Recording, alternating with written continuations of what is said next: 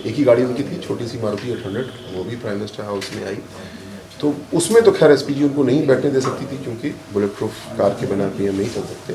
लेकिन जो BMW हम उनको यूज़ करते थे तो वो प्रायः हर तीसरे चौथे दिन उखड़ जाते थे कि जो गाड़ियाँ मैं लगवाता हूँ वो उसको प्राइम मिनिस्टर की गाड़ी मानते हैं, उसको सरकार की गाड़ी मानते हैं, अपने आप को वो एक आम आदमी के रूप में देखते हैं, तो मान जाते थे। लेकिन साथ साथ कई बार जब पैदल उनके आवास से कार्यालय 3 RCR से 7 RCR जाते थे तो चर्चा हुई और स्पष्ट रूप से हम समझ गए कि वो अपने आप को उस मारुति का मालिक मानते हैं, उस मारुति का चालक मानते हैं। या एक भारतीय के रूप में एक अच्छे प्रधानमंत्री की तारीफ करने के लिए, उनका स्मरण करने के लिए मैं स्पष्ट रूप से याद करता हूँ उनको। उन्होंने देश की बागडोर संभाली थी वित्त मंत्री के रूप में जब देश अंधकार में था और उससे वो निकाल करके लाए। ने एक ट्वीट किया था, एक पोस्ट किया था, उसमें किस तरीके से याद कर रहे थे, जो कि आप एसपीजी देख रहे थे उस समय? मेरा सौभाग्य रहा कि मैं एसपीजी में 4 साल था और उसमें से 3 साल डॉक्टर मनमोहन सिंह जी का जो अंदरूनी सुरक्षा का घेरा है, क्लोज प्रोटेक्शन टीम, उसका इंचार्ज था। एसपीजी के बॉडीगार्ड्स का अपने प्राइम मिनिस्टर से बड़ा फॉर्मल रिलेशनशिप होती है। मैं ये नहीं कह सकता कि मैं उनके किचन कैबिनेट में था या कुछ, कोई भी एसपीजी वाला नहीं हो सकता। एसपीजी का काम करने का तरीका ही वो नहीं है। लेकिन 3 साल उनके साथ रहते हुए निकटता की वजह से बहुत कुछ सीखने का मौका मिला। उनका समय प्रबंधन, उनका अपने आप को जीवन में हमेशा एक विद्यार्थी के रूप में देखना और सबसे बड़ी बात अपने आप को एक सामान्य व्यक्ति के रूप में मानना और आचार व्यवहार में करना भी, ये उनके सबसे महत्वपूर्ण लक्षण थे। उनकी 800 कार से उनको बड़ी मोहब्बत थी, ये आपने बताया। वो एसपीजी की गाड़ी को थोड़ा अवॉइड करना चाहते थे, तो ऐसे में आप लोग कैसे रास्ता निकालते थे?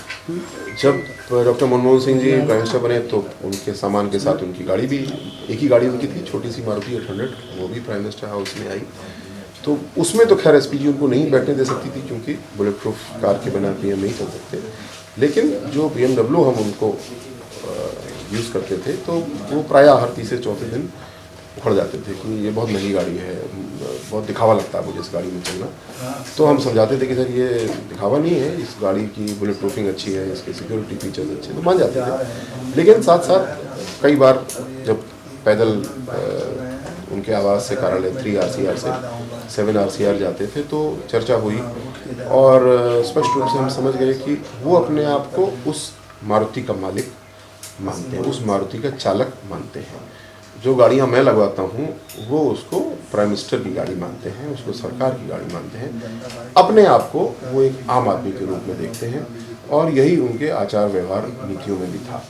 सुरक्षा की बात करूँ तो वैसे तो वो कभी एसपीजी के प्रोटोकॉल्स में कुछ नहीं बोलते थे, लेकिन अगर उनको लगता था कि ट्रैफिक देखते थे कि ज़्यादा लंबी कतार लग गई है उनकी वजह से, तो अप्रसन्नता व्यक्त करते थे कि सुरक्षा हमारी ऐसी होनी चाहिए कि लोगों को कम से कम देर के लिए रोका जाए या ना ही रोका जाए, क्योंकि उनके मन में एक व्यक्तिगत एक सामान्य व्यक्ति की पीड़ा थी जो मैंने एक सुरक्षाकर्मी के रूप में अनुभव किया। आप इस समय आपकी भूमिका बदल चुकी है, आप खुद उत्तर प्रदेश सरकार में मंत्री हैं। अब राजनेता के तौर पर आप उनको कैसे याद करेंगे? एक सुरक्षाकर्मी के रूप में मैं बहुत सीमित रूप में उनकी बातें शेयर करूंगा, क्योंकि सुरक्षाकर्मी खासकर एसपीजी के अपनी शपथ से बंधे होते हैं, अपने एक आचार व्यवहार से बंधे होते हैं कि बहुत कुछ हमने सुना है, देखा है, लेकिन अगर हम मुंह खोलेंगे तो हमारा प्रोफेशन ही बेकार है। लेकिन एक भारतीय के रूप में एक अच्छे प्रधानमंत्री की तारीफ करने के लिए, उनका स्मरण करने के लिए मैं स्पष्ट रूप से याद करता हूँ उनको। उन्होंने देश की बागडोर संभाली थी वित्त मंत्री के रूप में जब देश अंधकार में था और उससे वो निकाल करके लाए। आगे उन्होंने प्रधानमंत्री के रूप में एक से एक सिस्टम बनाने के प्रयास किए। आज प्रधानमंत्री मोदी जी भी हम लोग को यही बात सिखाते हैं कि प्रणालियाँ बनाओ, रोज क्राइसिस से कैसे डील करोगे, जो समस्याएं रोज रोज आ रही हैं उनका अध्ययन करो और उसको एक प्रणाली बना करके उसको हल करो। मैं सोशल सेक्टर में हूँ तो जो जैम ट्रिनिटी, जो जनधन अकाउंट, आधार, मोबाइल गवर्नेंस को जोड़ा गया है, वो इसी का एक रूप है। और डॉक्टर मनमोहन सिंह जी ने भी हमेशा प्रणालियाँ, सिस्टम बनाने की कोशिश की। जब उनके पास सर समय होता था तो वो क्या पसंद करते थे, चाहे वो खाना हो, घूमना हो या कुछ उनके मनोरंजन की चीज़ें, वो पसंद क्या करते थे? डॉक्टर मनमोहन सिंह जी, अगर मैं याद करूं तो कोई गेम नहीं खेलते थे, उनकी उम्र भी नहीं थी। लेकिन सुबह और शाम दोनों टाइम सैर जरूर करते थे नियमित, क्योंकि डायबिटिक थे तो जरूरी भी था डायबिटीज़ को अच्छे से मैनेज करके रखते थे। लेकिन पढ़ते बहुत थे, विद्यार्थी की तरह थे।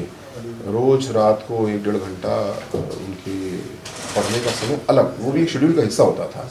ऐसा नहीं कि समय बचा तो पढ़ेंगे, उसके लिए समय अलग होता था कि ये पढ़ाई का समय उनका है। और मोटी मोटी किताबें अर्थशास्त्र की वो पढ़ते रहते थे, जियोपॉलिटिक्स की किताबें पढ़ते थे, उनके नोट्स बनाते थे, जैसे कोई 12वीं का छात्र नोट्स बना रहा हो, और उसको वो अपने दायित्वों में प्रयोग भी करते थे। बाहर से सर डॉक्टर साहब बहुत सामान्य दिखते थे, लेकिन अंदर से वो बहुत कठोर थे, क्योंकि न्यूक्लियर डील का जब मामला आया था तो उनकी मजबूती अंदर की दिखी थी, किस तरह से वो मैनेज करके आगे बढ़े थे।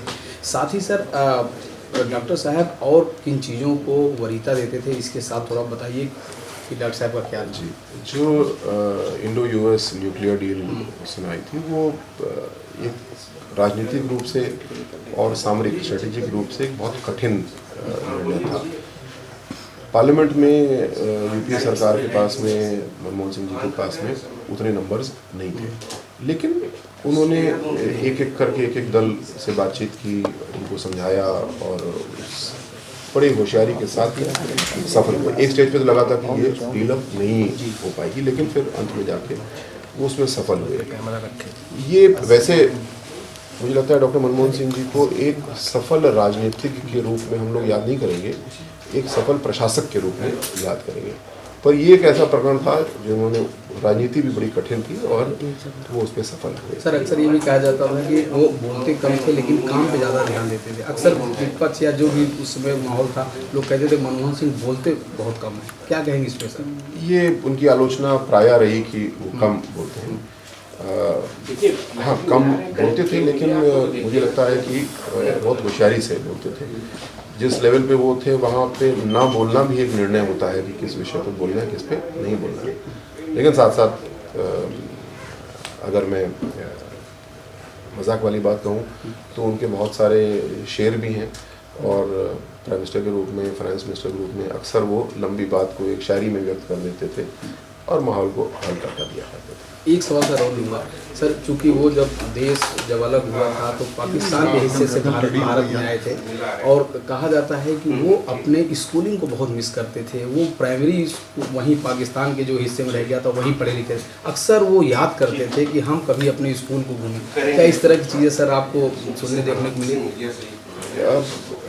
उनका जीवन इस मामले में बहुत चुनौतीपूर्ण था, क्योंकि देश के विभाजन के समय वो और उनका परिवार, जब जिसको आज हम पाकिस्तान बोलते हैं, वहाँ से आए तो उनके पास कुछ भी नहीं था। मैं पढ़ रहा था, उनको कुछ ज़मीनें आवंटित हुई थी देहरादून के पास, जो कभी देखने भी नहीं गया उनका परिवार। उनके परिवार उनका पूरा शिक्षा में विश्वास रखता था।